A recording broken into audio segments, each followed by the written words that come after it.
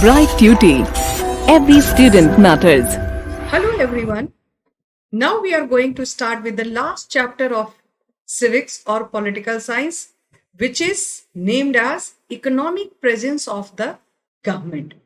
Economic means that the income and expenditure, how government decides and how these facilities are making available by the government to the citizens of the country. So, in this chapter, role of government in economy, which we are going to discuss in a great detail. Because this chapter is a lengthy chapter, but entire provisions of the government has been mentioned over here. First of all, it comes about that what is economic development? What is economic development? Simple thing is that. What is? It is a process which has been going on continuously since independence. Before independence also, we cannot say that the pre-independence, this process was not there. But it was not in the hands of our government, not in the hands of our elected representatives. We were under the British rule. So, post-independence, this process is still going on, continuously going on. Rapid economic development with social justice and balanced regional growth of the economy is the main aim of the country. This is the main aim of our country. Not only that, the country is not thinking only one part of the development. The rapid economic development, the proper growth and development of the economy. Social justice is also equally important. And this way, by giving that importance on social justice, the balanced regional growth, each and every region of the country, they also have to put on the same growth rate. Say, this is the main aim of our government. It can be achieved only when government supplements the efforts of individuals besides an increase in the income. Now, how it can be achieved by the government? This supplements the efforts of individuals and the increase in the income. It means better nutrition. How the government will provide this supplement to the individual? In a form of a better nutrition, healthcare, housing, education, entertainment, and so on. These are all the fields where the government must have to put lots of effort about the development. It requires an efficient system of producing and distributing various goods and services. While we are talking about that, better nutrition means that this is the goods and services, means that the government has to introduce or to provide the facilities even to the farmers. Not only that, the production, but distributing various goods and services with the very efficient system means that the transportation system is required, then how it has to reach to that the most needy people, how to provide them all these facilities, all such things comes under the economic development. So economic development is necessary to manage the natural resources and manpower, both the way. Now, how it is possible? How we can pursue with this the proper economic development of our country with a necessary, which is very important, necessary to manage. Means that the management is also one of the important factors regarding the use of the natural resources and the manpower. Human as a resource. So both the way the management is required. How to utilize the natural resources? By the proper use of the manpower. Then only we can think about that, the economic development. Then it comes planning for progress by the government. How the government is planning for the progress of the economic development. What are the plan done by the government? Just now we have started the chapter with this. The economic development, on that part, government has started working since independence. Country got its independence in 1947. 1947, we became independent from the British rule. From British rule.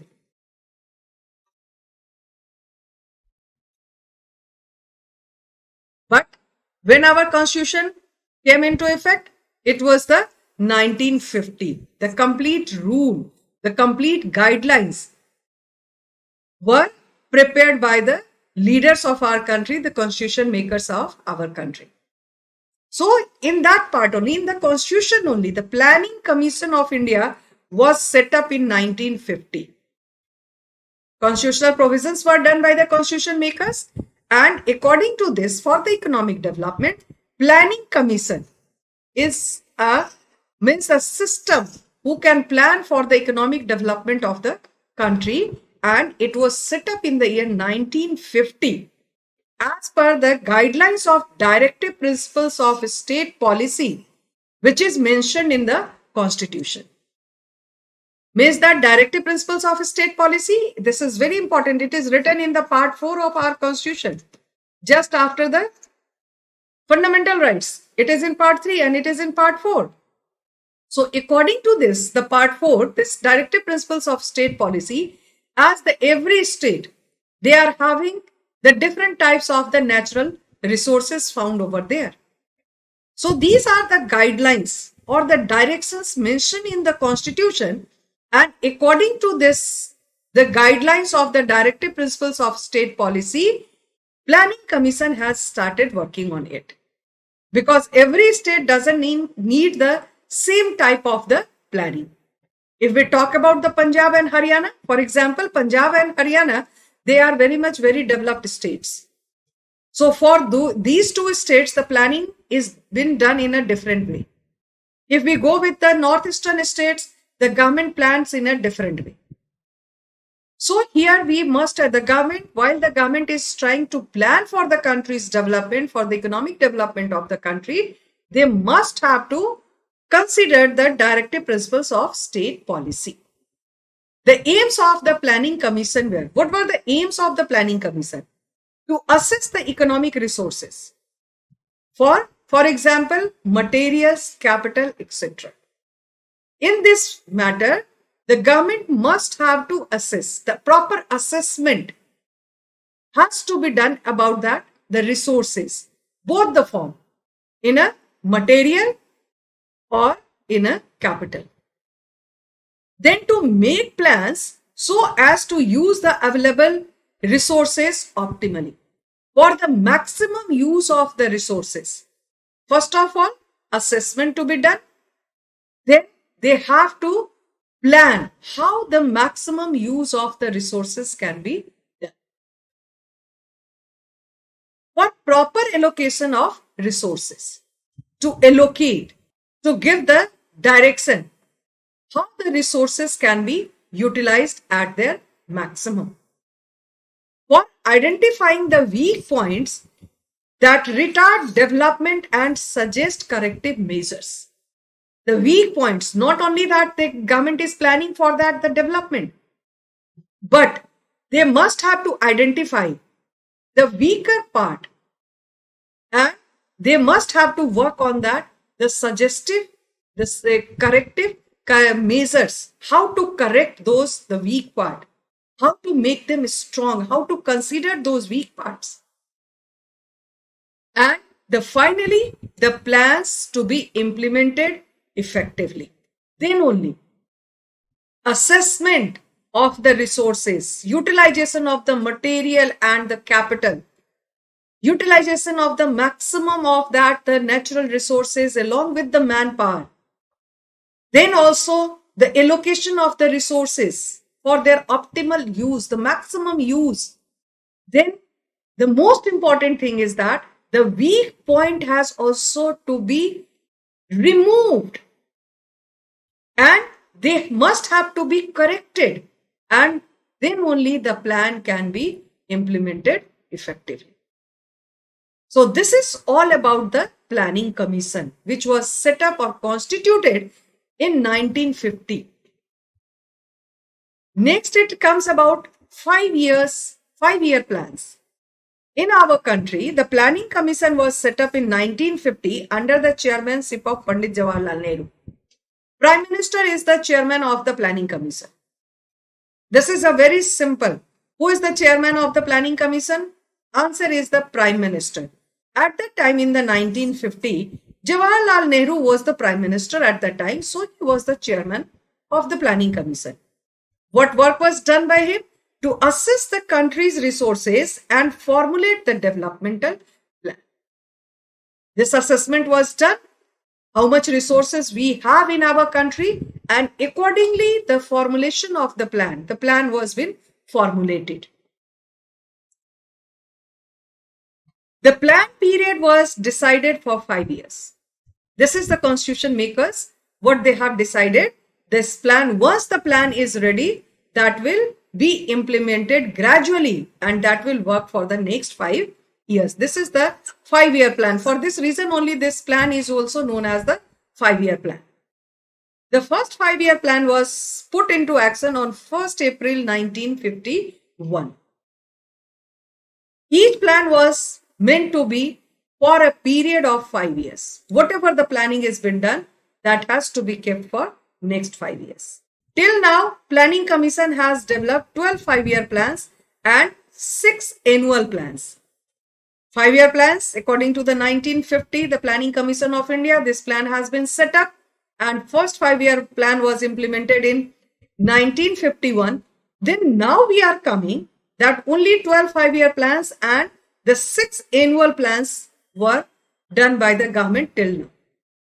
So now coming to discuss about that, what is actually annual plans? Now, in which cases, in what circumstances annual plans has to be implemented or made by the government? Due to internal crisis. Might be the flood is there, then any disaster management is there. In that cases, if planning for development was not possible, then in that case, such situations, annual plans were brought out by the government.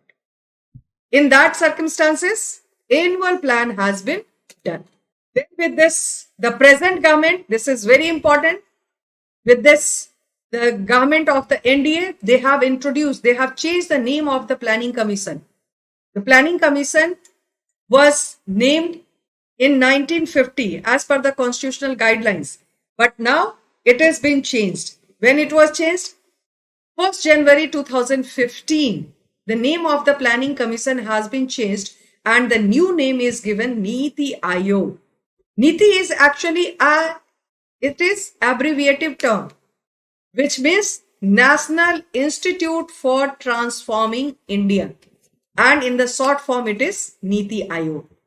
This was constituted on 1st January 2015 to replace the Planning Commission, which was instituted in 1950. So it has now completely been changed. It was, why this government has done this? It was an important evolutionary change from the past for betterment in serving the needs and aspirations of the people of India and in keeping with the reform agenda. What is that? This is the evolutionary, the change which has been brought for the betterment, which has been introduced for the betterment. What was working as a Planning Commission in the past years, from the 2015, this Niti Aayog has been replaced by the present government for the betterment and keeping with the reform agenda. They have planning how to bring reform, how to bring change, to transform. It is headed by the Prime Minister. The same way how the Planning Commission was headed, the chairman of the Planning Commission was the Prime Minister, which was introduced in 1950. Again with this Niti Aayog also, the chairman or the head of the Niti Aayog is Prime Minister. and its governing council comprising chief minister of states, involvement of the chief ministers are also there, and the lieutenant governors of the union territories. Lieutenant governors are the head of the union territories. So they are also considered as a part of the Niti Aayog. And what is the work done by this Niti Aayog? It's tasked with the role of formulating policies, same as the Planning Commission was doing, and direction for the government, how to implement it. This Niti Aayog is planning for the transformation to reform, to bring change, and how to implement this. They are giving direction to the governments. Importance of 5-year plans. Now going back again with the constitutional provisions of our country, there has been an increase in the national income. The increase is more than 22 times. This is the importance of 5-year plans. What it is this? How this the government has thought that this the 5-year plan has to be implemented. This is the 22 times the increase of the national income took place. The per capita income has increased more than 8 times during last 60 years. 60 years planning, if we calculate, then it has increased 8 times. The growth rate of capital formation was also increased. Of capital formation means that the increase in the income was also very high. So there has been a tremendous increase in the food production and generation of electricity. Both the way, there has been a tremendous increase in 2 sectors especially. One is in the agriculture, food production, and another is in the generation of the electricity. What were the reason behind it? We will discuss in the later part. In pre-independence, the annual growth rate was 1%. This is during the British era. Pre-independence means during the British era. Annual growth rate was only 1%. But in post-independence, after the independence,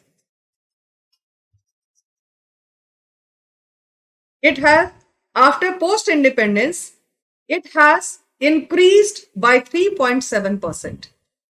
It definitely shows better performance of Indian economy.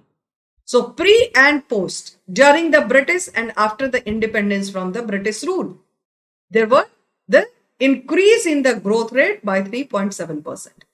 This is because the government has taken an active part in the development process through planning and implementation. Why it was possible? The government has taken an active part through the Planning Commission and the implementation of the Commission's work. How to implement for the economic development. Coming this, the 2 sectors, generation of electricity and food production. What were the reason behind it? How this has been increased the economy of the country, their contribution. So it is about the development of multi-purpose projects. Multi-purpose. Here we have to put some extra effort on this to understand this. What is actually the multi-purpose projects? So this multi-purpose projects launched after independence with their integrated water resources. For what it is related? The integrated water resources management approach were thought as the vehicle. What it is thought that? As vehicle for the development to transform, we must have to use some vehicle. So this multi-purpose river valley projects has been considered as the vehicle that would lead the nation to development and progress. This was the thought of that the leaders of the country, and to overcoming the handicap its colonial past. In the previous slides, what we have discussed, we saw that only 1% of the growth rate was there. But post-independence, it has increased by 3.7%. The growth rate was 3.7%. So the increase was 2.7%. So how to overcome from the colonial past. Now, this multi-purpose river valley project and the water resources management has been considered as a vehicle to overcome from this the colonial past, the handicapped past. Jawaharlal Nehru, he proudly proclaimed the dams as temples of modern India. Whatever the dams, in the previous chapter also it was there about the Sardar Sarovar Dam. The protest movement was organized by the tribals under the heading of the Narmada Bachao Andolan. So what was the Narmada Bachao Andolan? It was based on that, the construction of dams.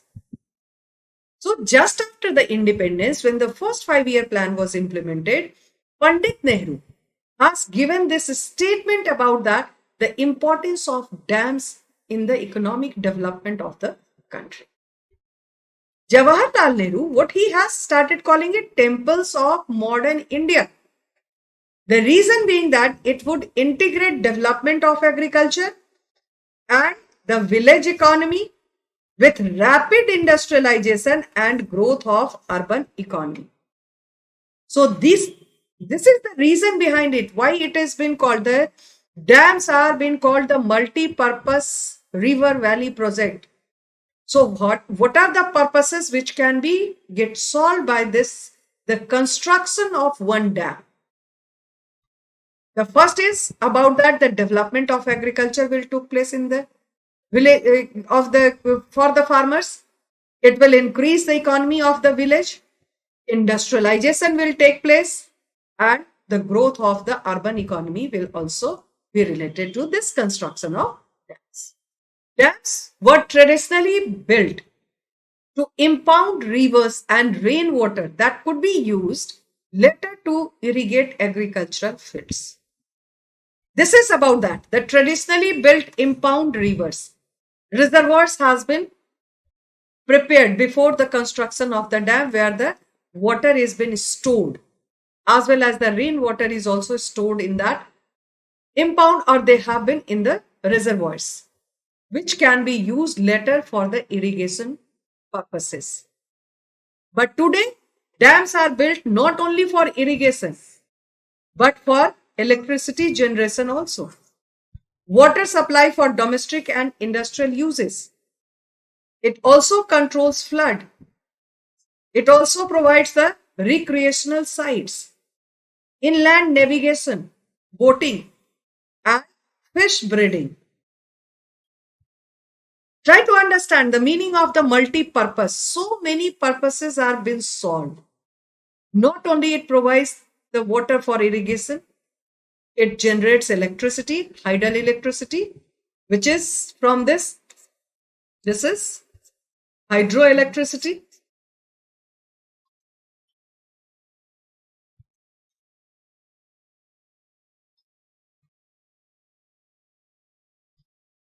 Then water is also getting supplied by this for the domestic and industrial uses. Flood is also been controlled. Whenever the excessive water is there in the rivers, it has been checked and brought down in the reservoirs to store over there for the future use. Then the reservoirs where it has been constructed, it provides the recreation facility to the people. Navigation is also been done. Then finally the fish breeding. So this way the dams are now referred to as multi-purpose project. For instance, the water of the, one example is quoted over here. The water of the Satluj through the Rajasthan Canal is presently used to irrigate many dry areas of Rajasthan. With this is the importance of the Rajasthan Canal. Through the Satluj River, the canal has been constructed and the water is diverted to the dry areas of Rajasthan. They also help in checking floods. These canals, they also helped in check the floods. For example, the Damodar River was also known as the Sorrow of Bengal before the construction of the dams. Damodar River was simply, it has been given an adjective as statement was used as a sorrow of Bengal. In the wake of building of Damodar projects, the floods have been checked and the river has demonstrated an incredible boom. Means that moment the project has been, Damodar project has been constructed or established. First of all, why it was called as a sorrow? Because always the flood comes in the flood, the excessive water brought by the Damodar river, which brings the flood with them during the monsoon season, and it destroys the normal life of the people. But the moment this project has been launched, the project has been completed, the floods, the first of the important thing is that the flood which comes very often in Damodar river was been checked. And now the river is demonstrating as and considered as an incredible boon for the people of that area. Next, it comes about that the Bhakra Nangal project. Now, gradually, we will have to discuss about that, the different project works, the important dams of our country. This Bhakra Nangal project is one of the major multi-purpose projects in India. Where it is, which the states which are getting facility from this, the Bhakra Nangal project, Punjab, Himachal Pradesh and Rajasthan are directly linked with this project. So the irrigation, hydroelectricity and the lots of the employment the people get with this Bhakra Nangal project. It is constructed on the Satluj river and its man-made lake is known as Govind Sagar. This project has promoted agriculture in Punjab, Haryana, Himachal Pradesh, Rajasthan and Delhi. These are the number of states which they are getting benefit with the construction of Bhakra Nangal project, and it is constructed on the Satluj river. Next, it is about Damodar Valley project. Very interesting it is. Just now in the previous slide also we have just seen and learn it through as an example. Now coming to learn in detail about that, the Damodar Valley project is a joint venture of Jharkhand and West Bengal. They share that boundary. Both the states, they share the boundary. It consists of several dams. It is not considered as a one. It is Damodar Valley project. Several dams has been constructed on these rivers with the collaboration of both the states, Jharkhand and West Bengal. The dams are constructed on the tributaries of the Damodar river. Before completion of this project, the flood in Damodar river caused damage to thousands of people and loss of property worth crores of rupees every year.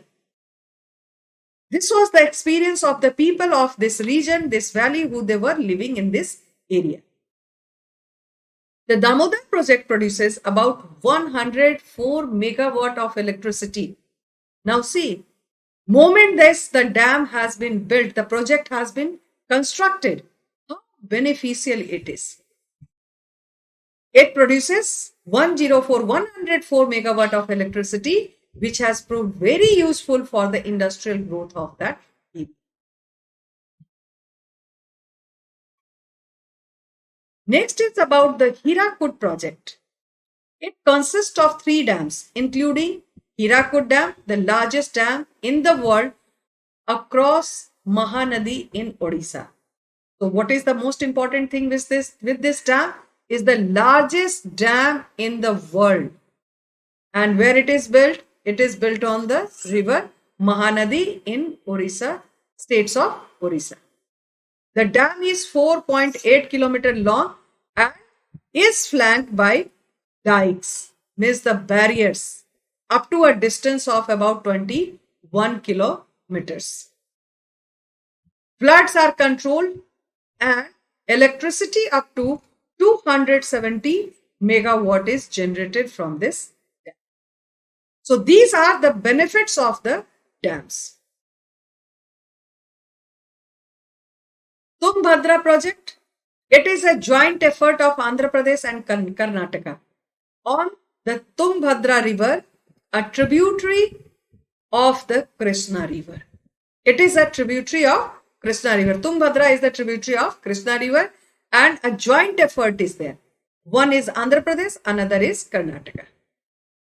This 2.5 kilometer long and 50-meter high dam irrigates nearly 4 lakh hectares of the two states. Both the states, they are getting irrigation facilities from this project. This project has facilitated the development of fishing in both the states of Andhra Pradesh and Karnataka. So they also have benefit of this. Not only that, the irrigation, not only that, the electricity generation or the hydroelectricity production, but as well as the fishing is also very important with this Tungabhadra project. Nagarjuna Sagar project. This project has come up in Andhra Pradesh on the river Krishna near Nandi Konda village near Hyderabad. The dam has 3414 meters dike on both the sides. Means the check barriers are been constructed. This is the meaning of dikes on both the sides. This project has encouraged the industrialization in Andhra Pradesh by providing thousands kilowatt of electricity. This is the thousands kilowatt of the electricity has been produced by this Nagarjuna Sagar project. This project has also led to the development of fishing and forestry. After this, we are coming to discuss about agriculture development. Agriculture is very important because it fulfills our basic requirements. It provides food grains, vegetables, fruits, etc. India is an agrarian country also. More than 60% of our population, they are doing this agriculture work. So it is very important for our country, comes under the primary activity. It also provides raw materials, not only that providing the food grains to us, but also provides raw materials to many of the industries, like the cotton and jute textile industries. They also get their raw material directly from the agriculture. Sugar, how this industry is producing sugar with the help of the sugar cane. Other than that, plantation is also there, like the tea and coffee. So plantation, it comes, sugar is with the sugar cane. This is plantation, means that tea and coffee. Rubber is also there. These comes under the plantation, and these industries, they get directly their raw material from the agriculture. They depend upon the agriculture. Agriculture products like spices, sugar and tea are exported from our country to the foreign countries. The government, through its 5-year plans, launched several measures to develop agriculture. In the beginning year of our independence from the British rule, when the government has launched this first 5-year plan in 1951, several measures, several techniques, that the methods has been introduced by the government for the development of agriculture. Among them, the first was that the land reforms were launched, which were, the government has abolished the Jamindari system. During the British period, we were having this Jamindari system where the land holdings was done by a group or a section of people only, this system was completely abolished. Then it comes about that the land was redistributed in a more equitable manner. Means that after that, the abolition of Jamindari system, whenever these Jamindars, they were having that the thousands and thousands of acres of land under their control. After this abolishment, these lands were redistributed. Who they were? The landless farmers. So it is when a law has been made for the redistribution in a more equitable manner, and the scattered land holdings were consolidated. And wherever the government found that the small patches of the lands are been there, that have been consolidated, that they have been clubbed together for the better agricultural products. The government has introduced various new techniques to conserve water and soil. Not only that, the government is trying to consolidate to abolishment of the Jamindari system, but it also tried to introduce the new techniques, how to conserve water, how to conserve soil. For example, in dry farming is very successful in less rain receiving regions or who they do not have any irrigation facilities, who they do not have any irrigation facilities. In that area, dry farming has been introduced by the government. The government has encouraged, the government has encouraged farmers to use manures and fertilizers. These are provided at the reasonable rates or at the subsidized rates by the government. Even though the HYB seeds, high yield variety of seeds, HYB seeds are also been given or supplied by the government for the better production. New HYB seeds has been developed to increase the food production many times in comparison to traditional seeds. This is the importance of high yield variety of seeds, which has also been introduced and also provided by the government at a subsidized rates to the farmers. In the other classes or might be in science portion also, you are learning about that, the Green Revolution.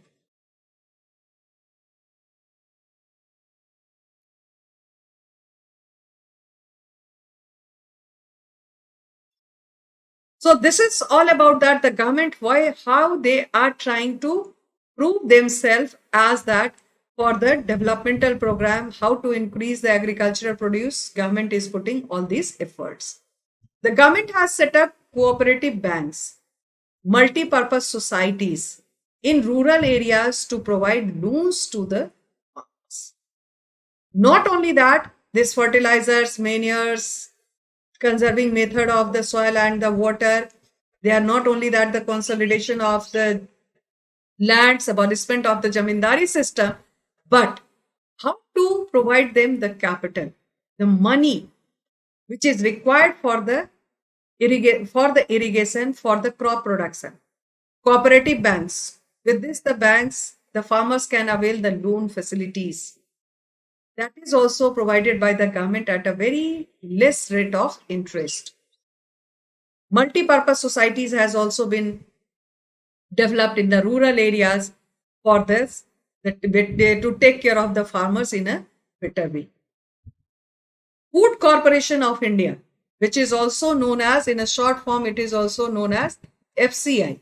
The role of FCI, which has been set up by the government of India to purchase food grains direct from the farmers. After using all these facilities, introduction of all these facilities, whenever the extra production is been done, the farmers where they have to go for the sale of the surplus food grains. So what the government has supported in this manner? Government has supported the Food Corporation of India. And what they are doing what is the work done by the Food Corporation of India? Directly they are purchasing the food grains from the farmers. This saves the farmers from getting exploited by middlemen traders. So there will be no any middleman between the farmers and the government. So directly now it is reaches to the government storage.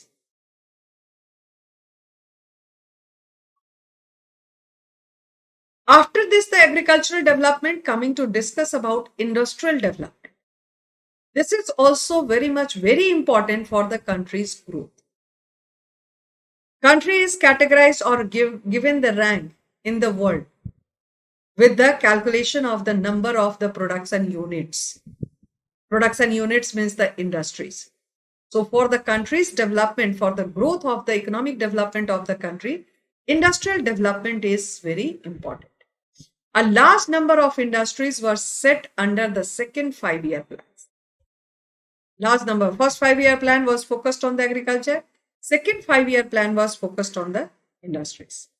With industrial progress, the government began to encourage private entrepreneurs to invest in industrial units which earlier managed by the government. Now the government is trying to encourage the private entrepreneurs or entrepreneurs, it's a French word, to invest in industrial units. With this, the industries and the sector earlier which was managed by the government, in place of that, the government now they are trying to encourage the private entrepreneurs. The industrial units producing steel, automobiles, cement, etc. began to set up joint government and the private enterprises, which is also known as the joint venture, where the involvement of the government and the private enterprises are to be there. Maruti Udyog Limited and Tata Industries Limited are the examples of the joint sector enterprises, which were established after independence by the government. These industries were established after the independence of our country. Which were the industries? The first one is about the iron and steel industry. The plants at Durgapur, Bhilai, Bokaro and Rourkela, etc. were set up after independence, just after the independence. The first plant of iron and steel is in Durgapur, it is in West Bengal, it is in Chhattisgarh now, Bokaro it is in Jharkhand, Rourkela is in Odisha, which has been set up by the government after independence. Today we have several steel plants at Durgapur, Bokaro, Salem, it is in Tamil Nadu, Burnpur, Bhadravati, Jamshedpur, etc. are the name of the cities where these several steel plants has been set up.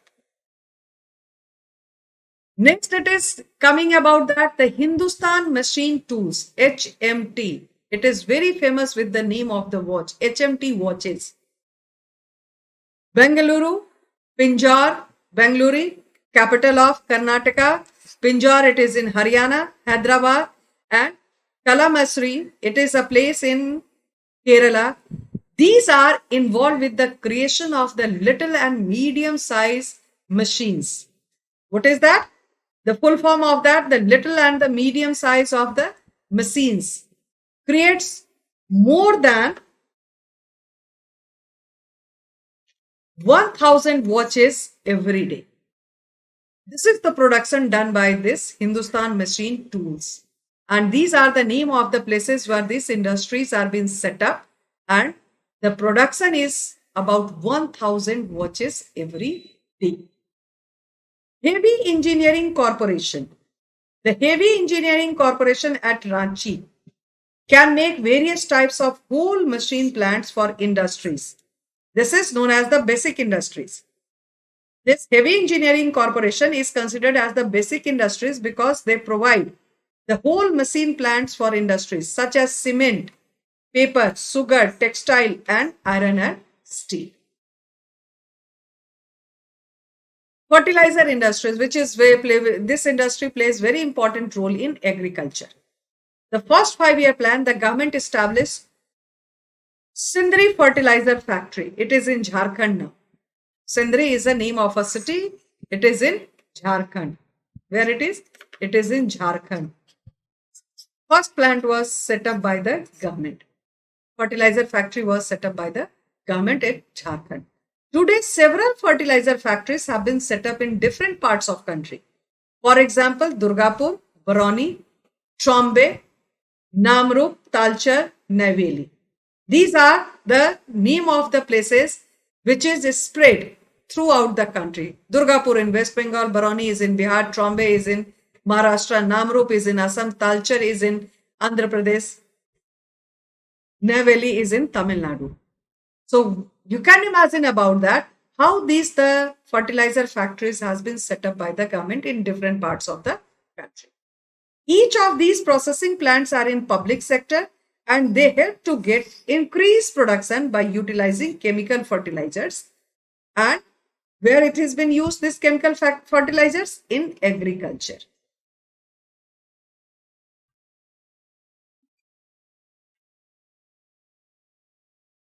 Drug and pharmaceutical industry.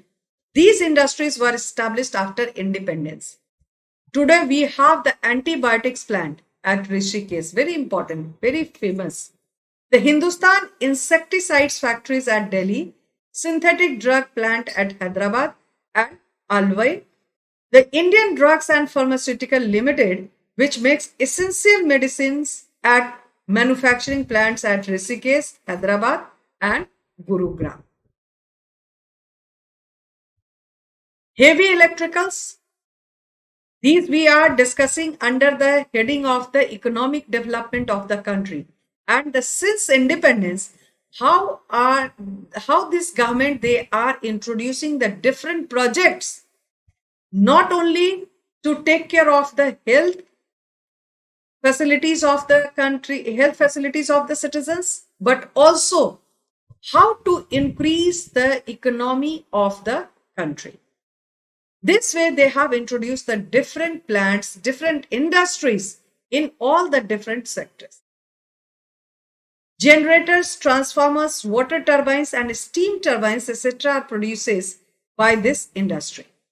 This is the heavy electricals industry, heavy electrical industries, and they are the producers of generators, transformers, water turbines, steam turbines, etc.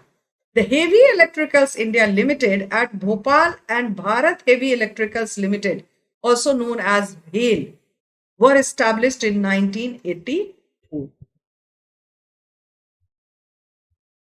Mineral and oil industry. After independence, several oil refineries were set up at many places in our country. Example is Nunamati. It is a place in Assam. Barauni, it is in Bihar. Koyali, it is in Gujarat. Madras, the old name is Madras, new name is Chennai. Capital city of Tamil Nadu. The government gave emphasis to the exploring, drilling and refining of mineral oil. What are the work done by these industries? They have give that the exploration about that the oil, whether it is there or not. After that, the drilling work has been done to take out the oil from the earth, from inside the earth, and then the refining of the mineral oil is done by these industries.